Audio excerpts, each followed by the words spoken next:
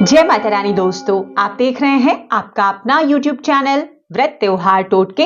मैं हूं आपके साथ रिमझिम शर्मा। दोस्तों, गुप्त नवरात्रि शुरू होने जा रहे हैं।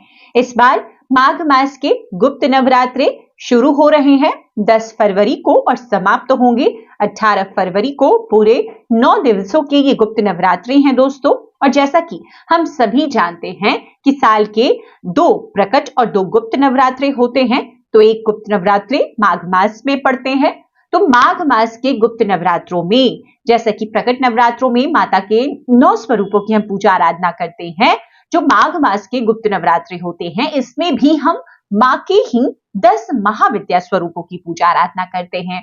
देखिए, वैसे तो गुप्त नवरात्रों में तंत्र साधना का सबसे अच्छा ये मौका होता है। जो लोग तंत्र साधना करते हैं, मंत्रों की सिद्धि करते हैं, जप करते हैं, उनके लिए ये समय सबसे अच्छा होता है माँ को प्रसन्न करने के लिए। लेकिन जो आम गृहस्थ लोग भी हैं, इस समय माँ भवानी, माँ दुर्गा के 9 स्वरूपों को ध्यान में रख करके उनकी पूजा आराधना करते हैं। माता उनकी समस्त मनोकामनाओं को पूर्ण करती है।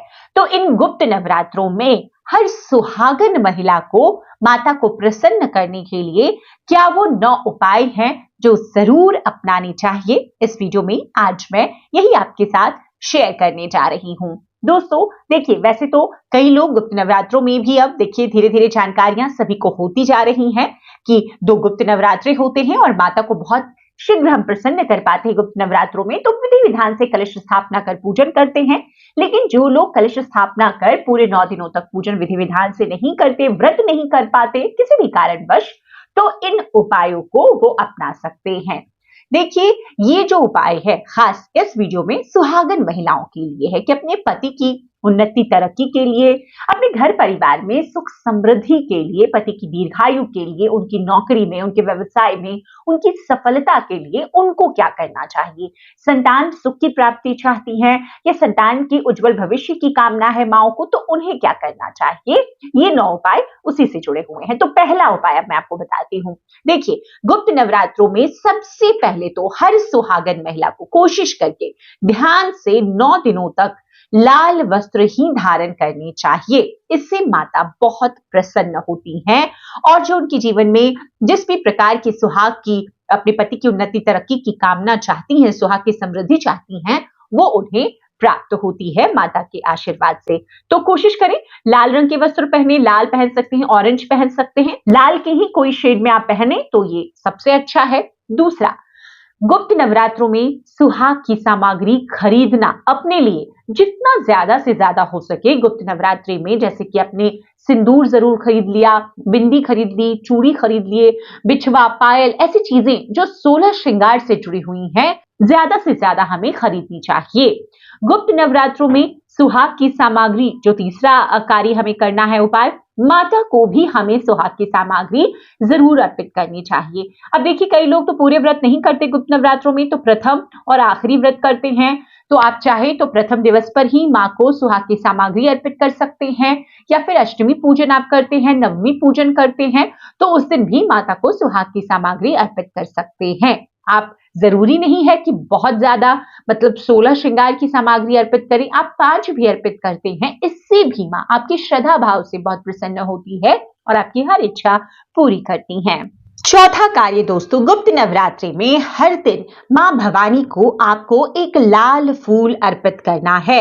लाल गुड़हल का फूल अगर मिल जाता है तो बहुत ही अच्छा है। अगर लाल गुड़हल का फूल नहीं मिले तो लाल गुलाब का फूल अर्पित कर सकते हैं आप।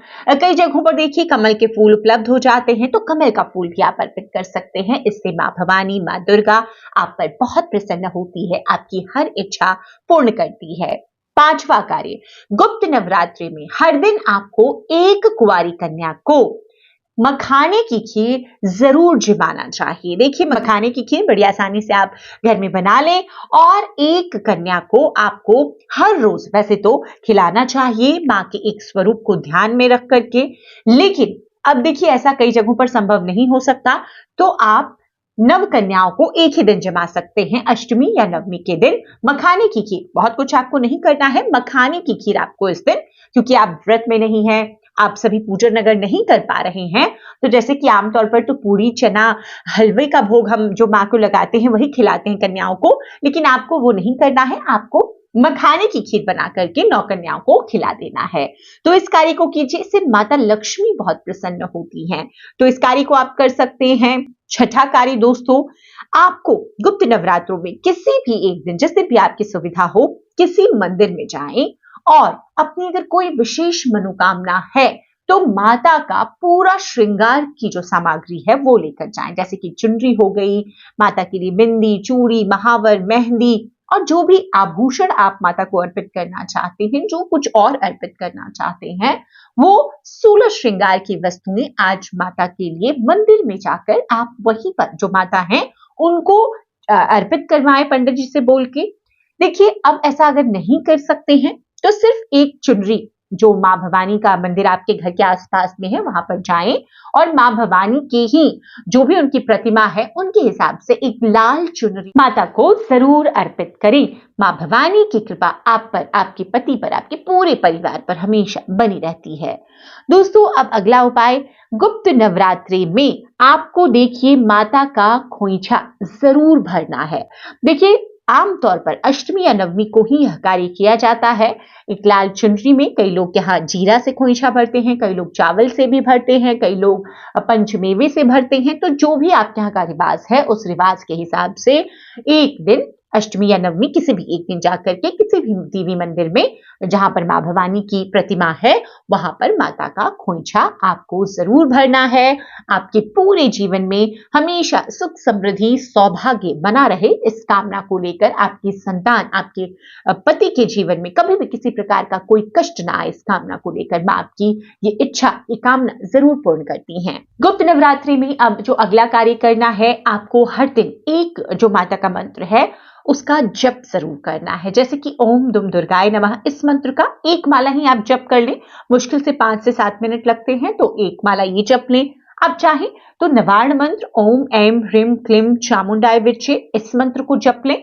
तो दोनों में से कोई एक मंत्र लेकर के आप माता से अपनी किसी भी इच्छा के लिए इस मंत्र को जपेंगे, माँ आपकी उस इच्छा को जरूर पूर्ण करती है। तो ये कार्य कर लीजिए। अब जो आखिरी कार्य है, गुप्त नवरात्रि में पूरे 9 दिनों तक आपको शुद्धता का, सात्विकता का जरूर ख्याल रखना है। आप व्रती हैं तब भी, आप व्रती नहीं है तब भी इन उपायों को आप अपनाते हैं तो शुद्ध सात्विक रहकर ही जो भोजन है, जो ब्रह्मचर्य का नियम है, बाकी बहुत सारे जो नियम होते हैं गुप्त नवरात्रों के, वो मानते हुए आपको इन उपायों को अपनाना चाहिए। तो उम्मीद करती हूँ ये जो सभी जानकारियां खास तौर पर सुहागन महिलाओं के लिए जो जरूर करनी चाहिए मैंने शेयर की है। अगर वीडियो पसंद आया हो तो लाइक जरूर कर दीजिएगा। चैनल पर पहली बार आए हैं तो इस तरह की सभी पूजा पाठ, व्रत, त्योहारों पर किए जाने वाले उपाय आपको प्राप्त होते रहेंगे, तो चैनल को सब्सक्राइब भी जरूर कर लीजिए। नोटिफिकेशन के लिए बेल बटन जरूर प्रेस कर दीजिए ताकि जब भी मैं कोई वीडियो शेयर करूं वो आपको सबसे पहले प्राप्त हो सके।